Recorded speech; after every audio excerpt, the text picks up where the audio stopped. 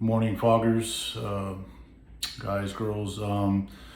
So I posted yesterday that today we were going to be talking about something that's a little sensitive. It's a lot sensitive, actually. And like I told you before, God puts things on my heart.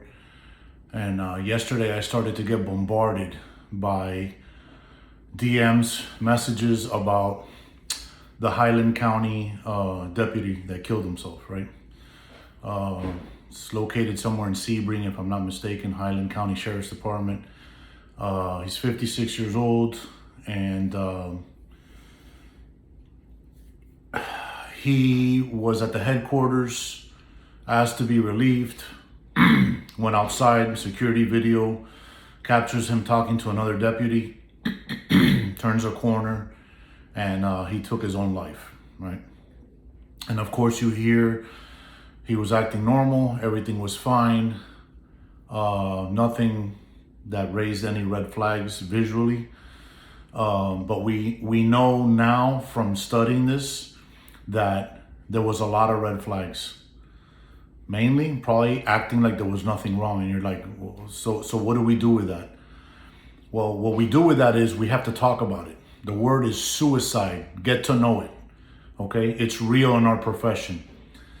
It is so real that we're the only profession that I've looked up that they give you a range of how many people have died. Let me say that again. In a world where everything is documented, we have a range of where they think the accurate number is. Meaning, and these are not the exact numbers, but between 120 and 160 officers take their life every year. And that comes from the Law Enforcement Survivors Institute. And the reason why some smaller departments, even some large departments, they finagle numbers and they try to do the right thing so survivor benefits are paid out accurately, right, to the families. But that's crazy to even think that. We go back to the COVID days and the numbers and who's dying of what. And oh my God, the outrage. Where's the outrage for us? Where's the outrage?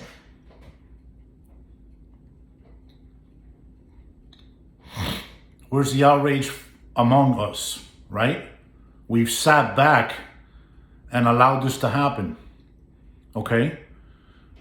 When you can't get an accurate count of men and women that are taking their life, both on duty and retired, right? There's a huge problem, and we sit back and we allow this to happen. We lost a couple years ago a great man, Robert Parker, who was our director. I don't care what anybody says. I knew this guy personally. He was a good man. He was a family man. Didn't have an easy job.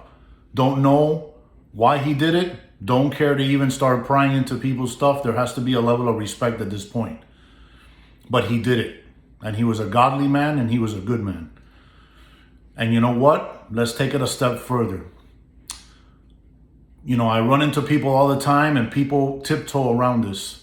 And let's address the pink elephant, right? The big pink elephant in the room.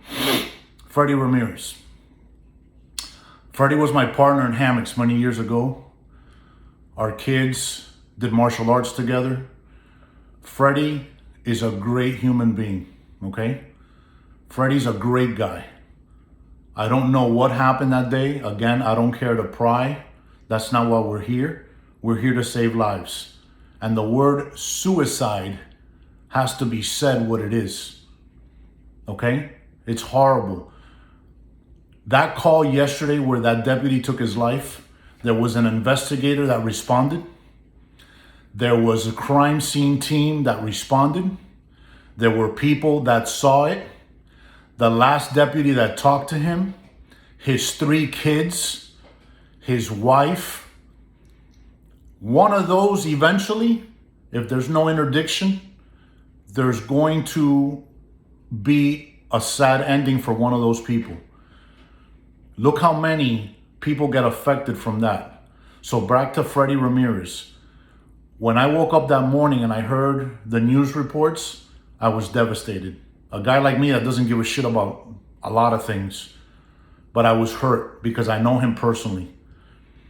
And I just figured later on in the day we would say he had passed.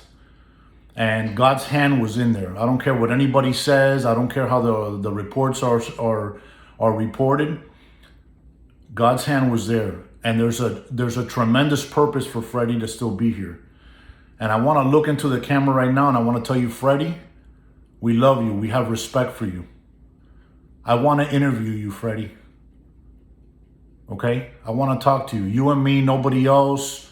No disrespect. No awkward questions. Let's talk. Let's come up with an interview. Let's help our people. Okay? You're not here to continue to work for the county and the community.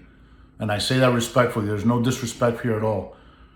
Let's help our people. You were kept here for a bigger reason. That's just it. Let's help our people, Freddie.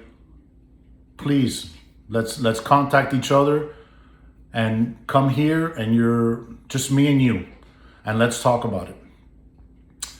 There's another deputy on the 24th of January who was a Marine, Utah County Sheriff's Department, right?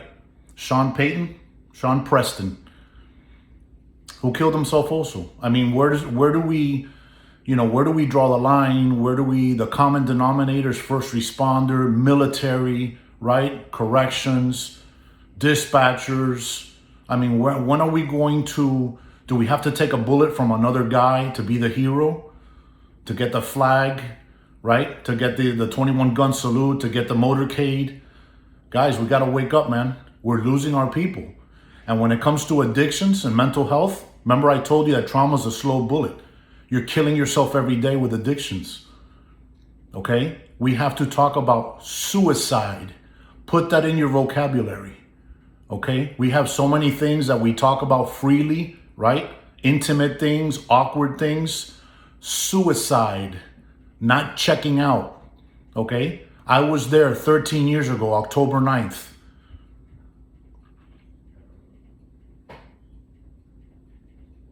When I was going through my addictions.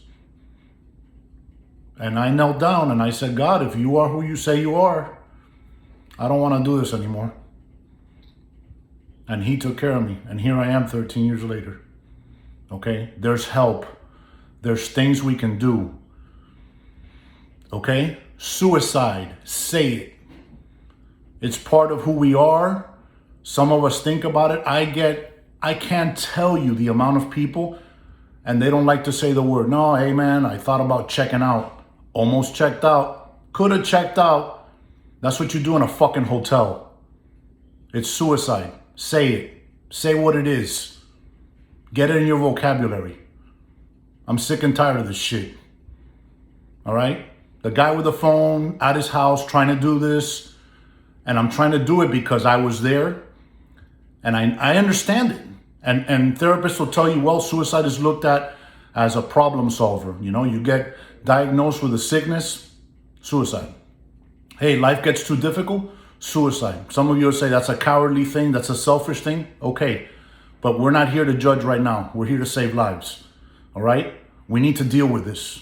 All right? We're going to have the therapist on, but we amongst each other have to talk about it. It's called suicide. It's not checking out. Okay? Let's get it together, people. We got to do stuff. We handle Super Bowls and riots, and we take care of everything, right? Presidential visits, special events, right? And we can't handle this. Come on. Let's get with it. Okay? There ain't nothing you throw at us that we can't handle. Suicide. That's what it is. Not checking out. Okay? This video is no disrespect to anybody, but it's somebody that's getting fed up with having to get, all these messages and all these things and the reports.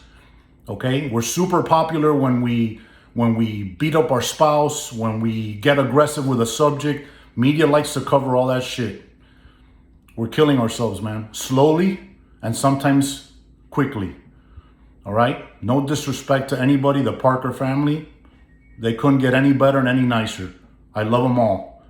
Freddie, I want to talk to you, man. We want to talk to you. And I say that kind-hearted. We love you. No disrespect. Let's help our people. Okay? Freddie, we're glad that you're doing well and you're healing and mending up. All right? This continues. This ain't going anywhere. Okay? I hope that this helps somebody. Thank you, and we'll talk soon. 3 a.m. fog, man. Take care.